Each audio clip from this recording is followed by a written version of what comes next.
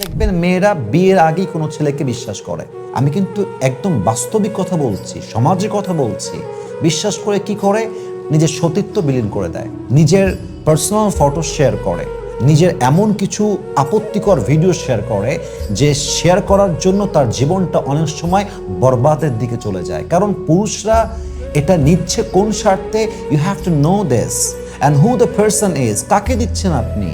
এই ছেলেটা আসলে কেমন, এ আসলে কোন ক্যাটাগরির ছেলে, ওর বংশ কেমন, ওর চরিত্র কেমন, ওর স্ট্যাটাস কেমন, ওর পার্সোনালিটি কেমন, এটা আপনাকে বুঝতে হবে যে আপনি জীবন নষ্ট করতেছেন। প্রিয় বোন আমার, এই ছেলেটা একটা সময় গিয়ে কি করে, এই ভিডিও নিয়ে ওই মেয়েটাকে ব্ল্যাকমেইল করে। এরকম ছেলে পেলে আছে না নাই? বলেন সবাই, আছে না নাই?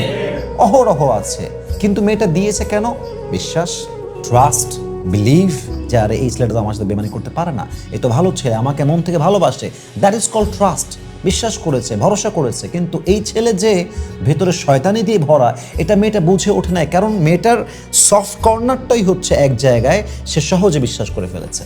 এবং এই সহজে বিশ্বাসের জন্য একজন মেয়ের জীবন বিয়ের আগেও নষ্ট হয়ে যায়।